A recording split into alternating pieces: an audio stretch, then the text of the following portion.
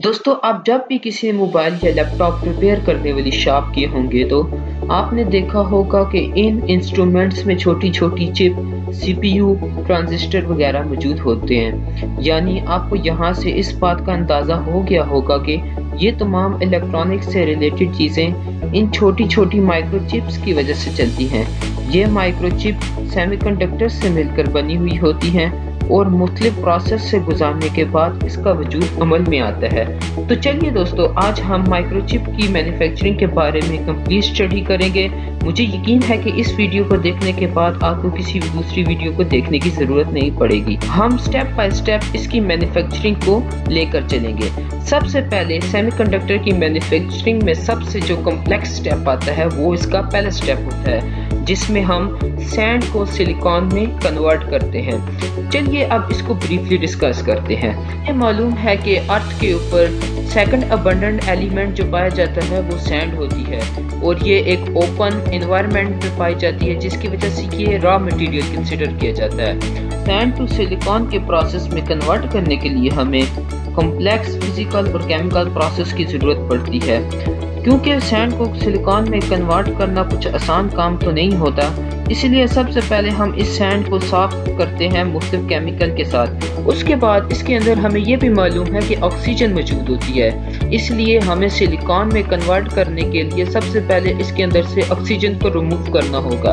हम कार्बन को सैंड के साथ एक चैम्बर के अंदर हाई टेम्परेचर पर हीट देते हैं। उसके बाद हम सीड क्रिस्टल को इस चैम्बर के अंदर डालते हैं और इसके बाद इस चैम्बर में से इसको आहिस्ता आहिस्ता बाहर की तरफ निकालते हैं, जिसके साथ एक प्योर सिलिकॉन बाहर निकल कर आता है। इसको हम इंगट कहते हैं। इस इंगट में जो सिलिकॉन पाया जाता है वो 99.99% प्योर होता है। फिर इस इंगट को स्लाइसिस में तकसीम किया जाता है। इसके लिए हमें डायमंड सॉ की मदद की ज़रूरत पड़ती है। इन तमाम स्लाइसेस को हम वेफर कहते हैं। इस वेफर को फिर डेपोजिशन के प्रोसेस से गुजारा जाता है। अब ये डेपोजिशन का प्रोसेस क्या होता है? डेपोजिशन का प्रोसेस जिसमें हम वेफर को एक इंसुलेटेड लेयर के साथ कवर कर देते हैं और इस लेयर का नाम सिलिकॉन डाइऑक्साइड होता है और ये सिलिकॉन डाइऑक्साइड एक ग्लास की फॉर्म में होती है। डेपोजिशन की दो टाइप्स होती हैं, फिजिकल वेपर डेपोजिशन और केमिकल वेपर डेपोजिशन। अब हम सबसे पहले जानते हैं फिजिकल वेपर डेपोजिशन होता क्या है।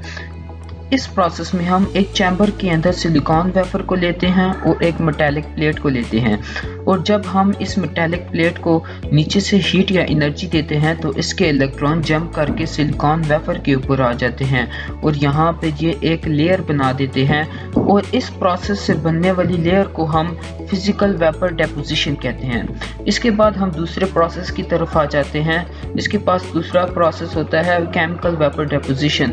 इस डेपोजिशन में हम सबसे पहले एक सबस्ट्रेट को लेते हैं यानी सिलिकॉन को लेते हैं और एक वैक्यूम चैम्बर के अंदर नहायत लो प्रेशर पर रखते हैं और इसके बाद नहायत सेंसिटिव इसको माहौल दिया जाता है।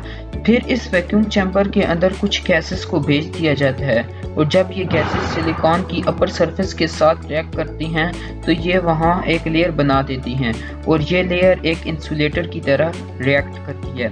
यहाँ पर डेपोजिशन का प्रोसेस खत्म हो जाता है। इसके बाद फोटोलिथोग्राफी का प्रोसेस शुरू हो जाता है। अब जान लेते हैं फोटोलिथोग्राफी का लफ्ज़ी मतलब क्या है।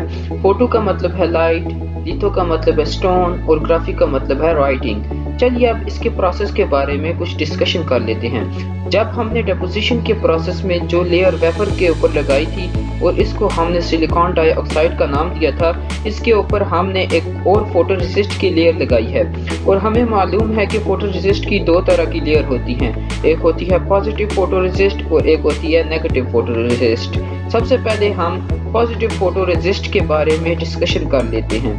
पॉजिटिव फोटो रेसिस्ट में जब लाइट ट्रेवल करके वेफर की तरफ आती है तो रास्ते में इसका सामना ग्लास मास्क से होता है। इस ग्लास मास्क पर हम जिस तरह का सर्किट डिज़ाइन करना चाहते हैं उसी तरह का सर्किट इस ग्लास मास्क पर ड्रा कर देते हैं और जब लाइट पास होकर पॉजिटिव फोटो रेसिस्ट से निकलती है तो वो एरिया जहाँ पर लाइट पड़ती है उसको केमिकल की मदद से रिमूव कर देते हैं। इसके बाद इस एरिया के नीचे पाई जाने वाली दूसरी लेयर यानी सल्फर डाइऑक्साइड को भी रिमूव कर दिया जाता है और इस तरह के प्रोसेस को हम एचिंग भी कहते हैं। चलिए अभी नेगेटिव फोटोरेसिस्ट की तरफ आते हैं। तो यहाँ पर इसके बिल्कुल मुतजाद काम होता है।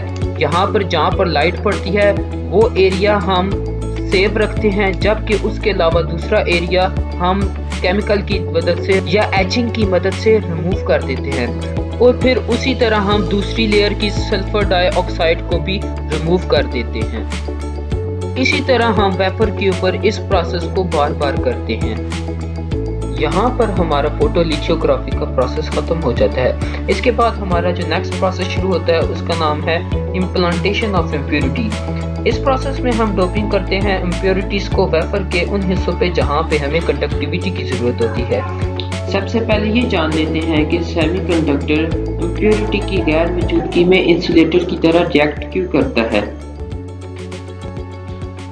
जब सिलिकॉन प्योर हो जाती है तो इसके वैलेंस ऑर्बिट में 4 इलेक्ट्रॉन मौजूद होते हैं और इन इलेक्ट्रॉन ने अपने नेबरिंग एटम के साथ इलेक्ट्रॉन से बॉन्डिंग की होती है, जिसकी वजह से ये इंसुलेटर की तरह रिएक्ट करते हैं। बात है हम इस सेमीकंडक्टर को कम्प्लीटली तौर पर इंसुलेटर की तरह रिएक्ट नहीं करवा सकते, क्योंकि हमें मालूम है कि हमने इससे दूसरी इलेक्ट्रॉनिक डिवाइसेस भी चलानी है और बगैर इसकी कंडक्टिविटी के वो कैसे चलेंगी। अब आगे चलते हैं इसकी इम्प्योरिटीज के बारे में ज़रा डिटेल से डिस्कस करते हैं। जब हम पेंटावैलेंट एटम्स की डोपिंग कराते हैं सिलिकॉन में तो इस सूरत में फास्फोरस का एक इलेक्ट्रॉन फ्रीली मूव करने लग जाता है, क्योंकि इसके पास बॉन्डिंग के लिए दूसरा इलेक्ट्रॉन नहीं होता और इस वजह से ये कंडक्टर की तरह बिहेव करने लग जाता है और इस तरह की डोपिंग को हम एन टाइप डोपिंग कहते हैं। जब हम ट्राइवैलेंट एटम के एलिमेंट्स की डोपिंग कराते हैं सिलिकॉन में तो बोरान के पास 4 इलेक्ट्रॉन नहीं होते और इस वजह से इसके पास होल बनते रहते हैं और ये होल पॉजिटिव चार्ज कंसीडर किए जाते हैं और ये होल फ्रीली मूव करने लग जाते हैं। इसकी वजह से सिलिकॉन की कंडक्टिविटी इंक्रीज हो जाती है। इसी वजह से इस डोपिंग को हम पी टाइप डोपिंग कहते हैं। पेंटावैलेंट डोपिंग के लिए हम कैजुअली फास्फोरस का एटम लेते हैं, जबकि ट्राइवैलेंट डोपिंग के लिए हम बोरान का एटम लेते हैं। इस प्रोसेस में हमने आयन इम्प्लांटेशन को पूरी तफसील के साथ पढ़ा है। आयन इम्प्लांटेशन के बाद जो नेक्स्ट स्टेप है उसका नाम है एक्टिवेशन। एक्टिवेशन में हम जो आयन्स इम्प्लांट करते हैं वेफर के ऊपर हम उनको एक्टिवेट करते हैं एक लैंप या रेडिएशन के ज़रिए और उसके बाद हमारा जो लास्ट प्रोसेस होता है उसका नाम है असेंबली। इसमें हम असेंबलिंग करते हैं मुख्तलिफ चिप्स को CPU में या इंटीग्रेटेड सर्किट में और यहाँ पर आकर सेमीकंडक्टर की मैन्युफैक्चरिंग का कंप्लीट प्रोसेस ख़त्म हो जाता है। आखिर में ये सवाल पैदा होता है, आखिर ये तमाम प्रोसेस एक सेमीकंडक्टर के ऊपर क्यों हो रहा है और हमारी माइक्रोचिप वगैरह सेमीकंडक्टर से ही क्यों बन रही हैं। यहाँ पे कंडक्टर को भी यूज़ किया जा सकता है। इसकी असल वजह यह है कि सेमीकंडक्टर के अंदर करंट को इजीली मैनेज और फ्लो किया जा सकता है। इन चिप्स की असेंबलिंग करने के बाद इनको मार्केट में बेच दिया जाता है। अब हम पढ़ते हैं एनर्जी बैंड थ्योरी के बारे में। इसमें हमारे पास एक कंडक्शन बैंड होता है और एक वैलेंस बैंड होता है और इनके दरमियान जो डिफरेंस पाया जाता है या जो डिस्टेंस पाया जाता है उसे हम एनर्जी बैंड डिफरेंस कहते हैं। इसमें जब हम कंडक्टर की तरफ आते हैं तो यहाँ पर वैलेंस बैंड और कंडक्शन बैंड का जो डिफरेंस होता है वो कम होता है, जिसकी वजह से इलेक्ट्रॉन इजीली वैलेंस बैंड से मूव करके कंडक्शन बैंड की तरफ चले जाते हैं और इलेक्ट्रॉन जो है वो फ्रीली मूव करते हैं यहाँ पे, जिससे इलेक्ट्रॉन फ्रीली मूव करते हैं और यहाँ से करंट इजीली मूव कर जाता है। जबकि इंसुलेटर की तरफ आया जाए तो यहाँ पे वैलेंस बैंड और कंडक्शन बैंड के दरमियान डिफरेंस बहुत ज़्यादा होता है, यानी डिस्टेंस बहुत ज़्यादा होता है, जिसकी वजह से इलेक्ट्रॉन इजीली जंप करके कंडक्शन बैंड की तरफ नहीं जा सकते और वैलेंस बैंड के अंदर तमाम इलेक्ट्रॉन फिक्स होते हैं, जिसकी वजह से ये हमारे पास इंसुलेटर की तरह रिएक्ट कर। सेमीकंडक्टर के जब हम एनर्जी बैंड थ्योरी को देखते हैं तो हमें मालूम होता है कि जब तक हम इस वैलेंस बैंड को कोई एनर्जी या हीट नहीं देंगे तो ये एक इंसुलेटर की तरह रिएक्ट करेगा, लेकिन जब हम वैलेंस बैंड को कोई एनर्जी या हीट देंगे तो इलेक्ट्रॉन जंप करके कंडक्शन बैंड की तरफ जाएंगे और ये एक कंडक्टर की तरह बिहेव करने लग जाएगा, क्योंकि इसके अंदर इलेक्ट्रॉन फ्रीली मूव करने लग जाएंगे। तो आज के लिए इतना ही और मिलते हैं नई मालूमात के साथ अगली वीडियो में।